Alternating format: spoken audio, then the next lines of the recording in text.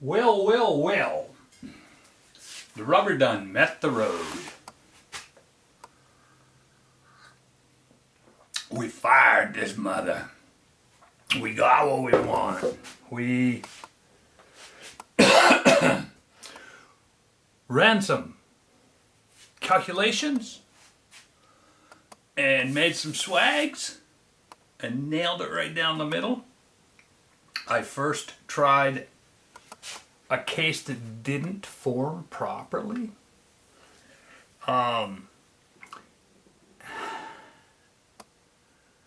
I think I'm just going to, I only have,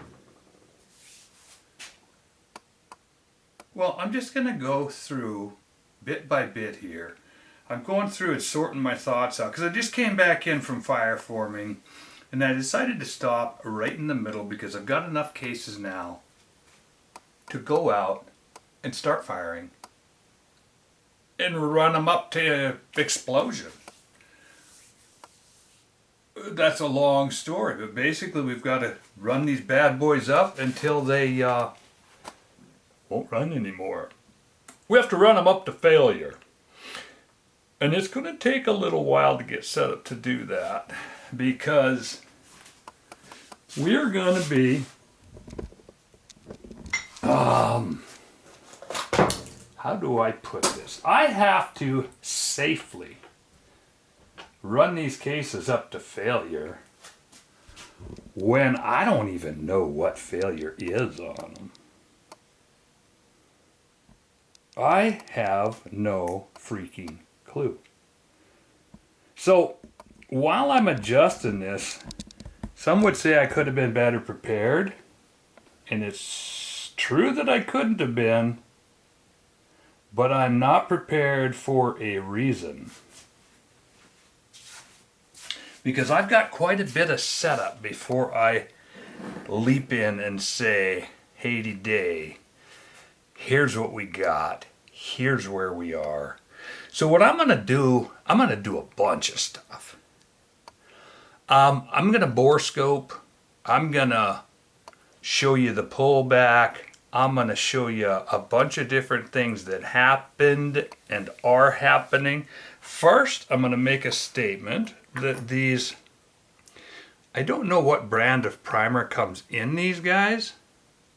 We're going to maybe have to find out because I don't know if they're tight or loose. I popped a few out, but I popped a bunch out during the sizing process and I replaced the silver primer that's in there with the gold primer. And there's one right there that's got a Devo and she did not go. No fire, no blow. So we're going to go through these things, and this to some might be boring, to some might be fascinating. I don't know that I can predict who's going to be what, but we're going to cover a lot of ground. We're going to talk about a lot of things. We're going to see if we can get through this in one run. I have no idea whether or not we can. But I think I have to do this portion of it justice because what in the world is going on? Oh, there we go. Hey, I blowed it up. I got fire. Look at that. I don't know if you can see that fire cracking in there. I'm going to go ahead and try for some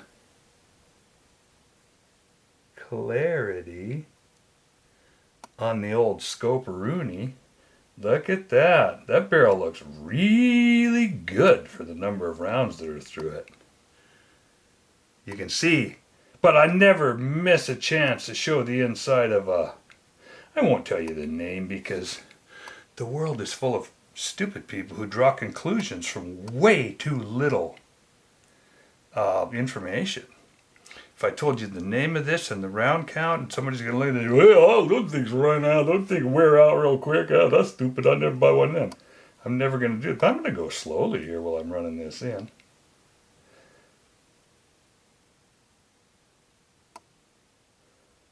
There's the land ramp. There's the free bore. there's the end of the chamber, and that specifically is what we were looking for. So we're going to go ahead and talk about these ends of chambers just a little bit. I set these up to jam. I set these up so that they head spaced on the case mouth.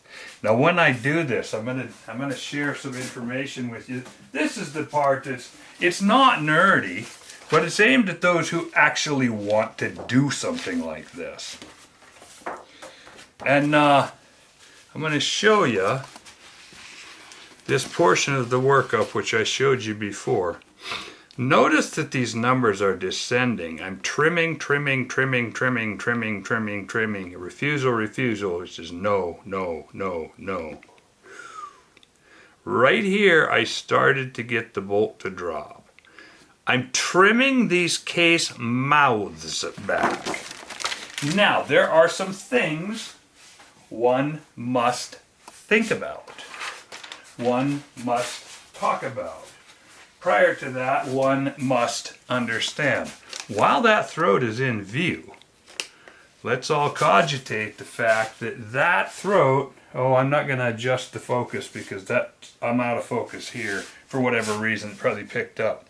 I could spin it, I could make it better, but I'm not going to worry about it. That area right there is the end of the case mouth, and the step up into the free bore or the throat proper is slightly rounded, but this particular reamer is cut at a 45-degree angle. Case neck comes out, there's a 45-degree angle that we're head spacing on. What that means is, quite simply, that the step is, boom, 45 degrees, throat.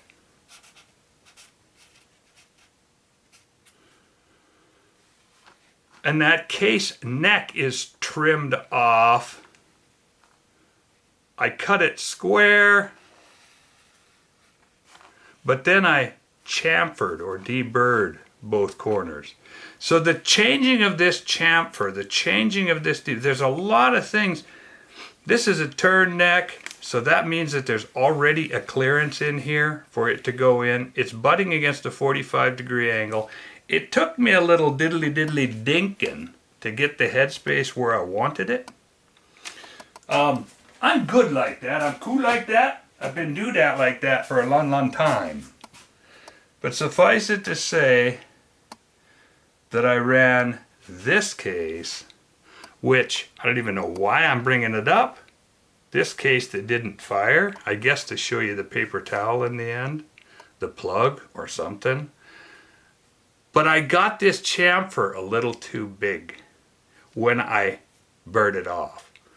Or I seated it, and then when I backed it out, it looks as though there's a little roll on that case mouth. I don't know if you can see that.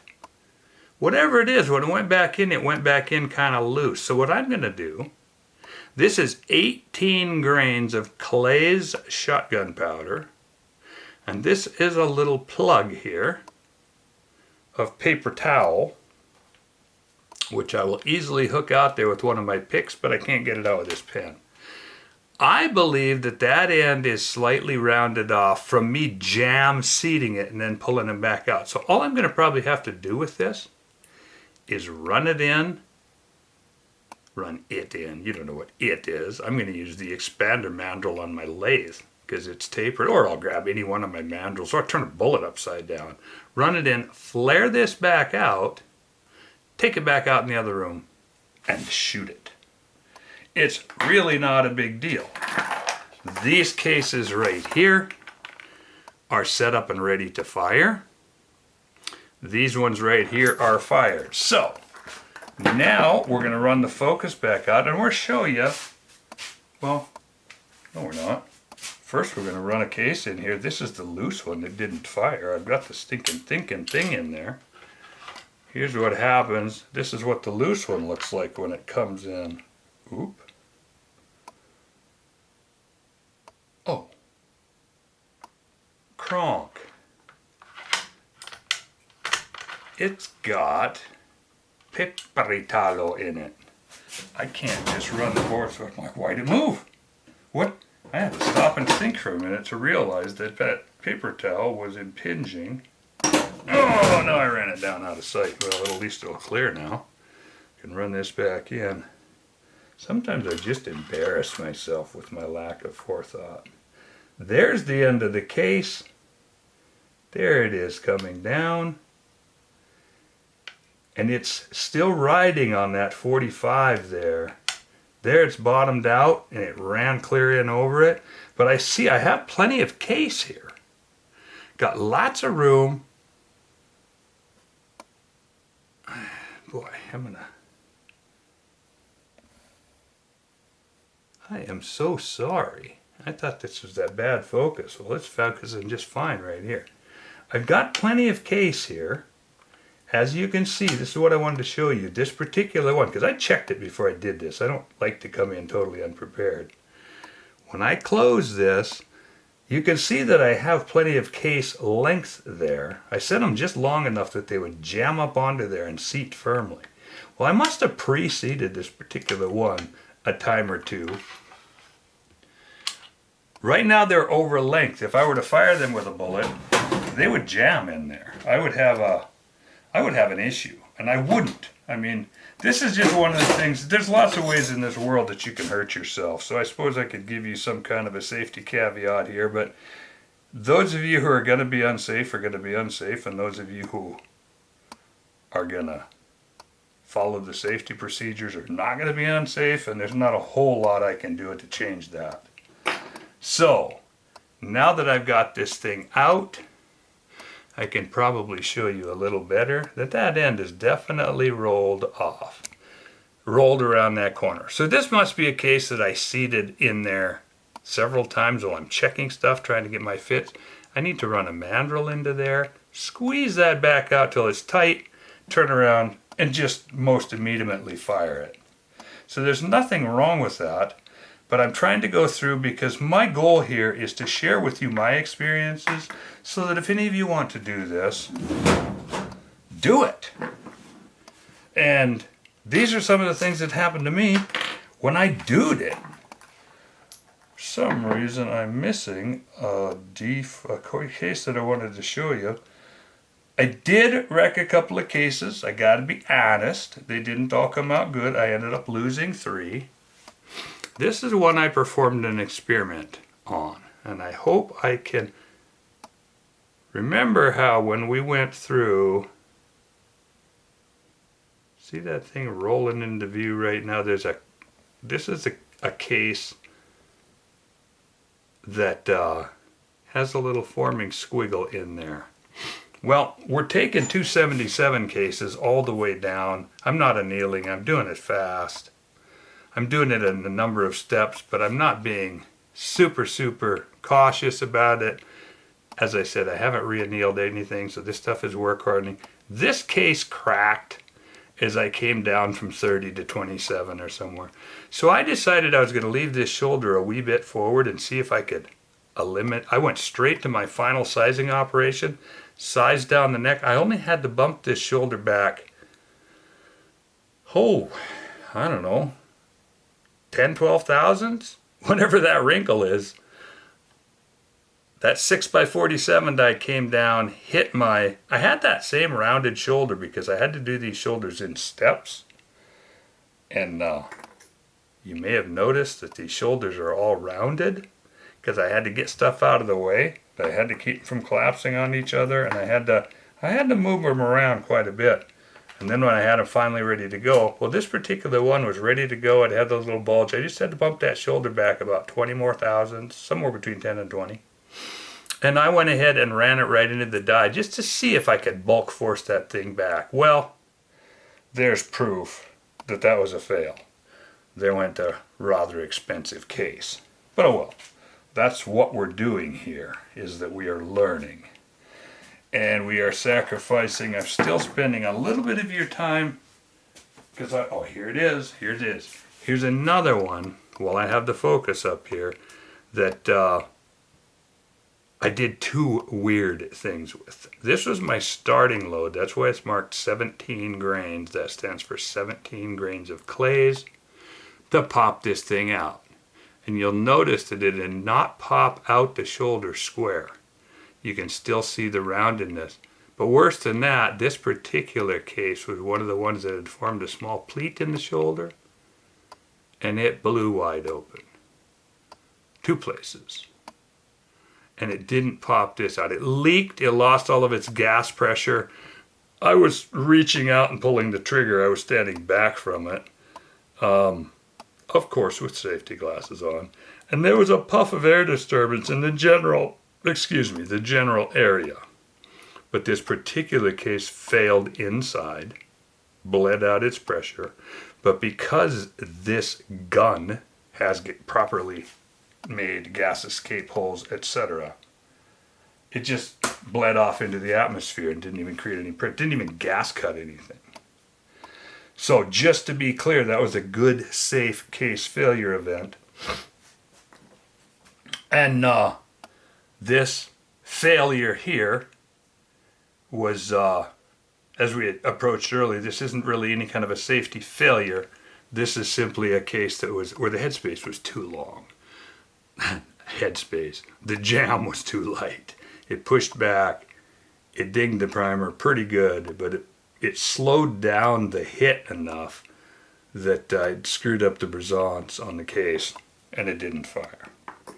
So now, there's a few things that we need to talk about. I had no idea what the pullback was going to be. So I'm going to do a little measuring here just so you can be up to it. Here is a case as it comes out, ready to fire form. I set the headspace to length. I've got all this stuff written down. The headspace on this goober, you're going to have to read the calipers upside down, and I don't care. The headspace I decided on was around 1.893, and this is the jam that I wanted.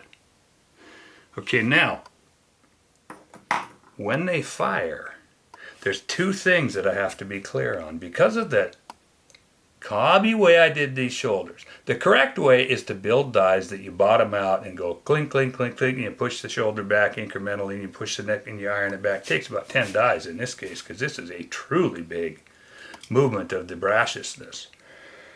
So I decided to go out and buy some dies that I bought for 20 bucks back in the day, and some of them aren't even extras, but I'll never load a 30-06 again. And typically, even when I reload for people, I don't know if anybody that would come to me with a 30-06 would probably be coming to me to say, hey, could you reload me some cheap ammo? And I'd say, hey, no. So, 06 cases I didn't mind sacrifice, and I sacrificed quite a few, 06 dies. I sacrificed, as I showed in a prior video, all these dies to make the forming dies for this, because we're talking quick and dirty. And at this point, I have to say that one of the problems with quick and dirty is that you don't really get proper die fit. So, I'm going to go back into measuring lengths, but first I wanted to not forget to show you the kind of scary look, not scary, not alarming, not any of those things, but something that I'm going to have to approach. There is a line around the base of this particular one that could be looked at. It's the interface line between the brass and the stainless steel on the case head. There, I think I got it. Anyway, there's a line on it. That line was there before I fired this.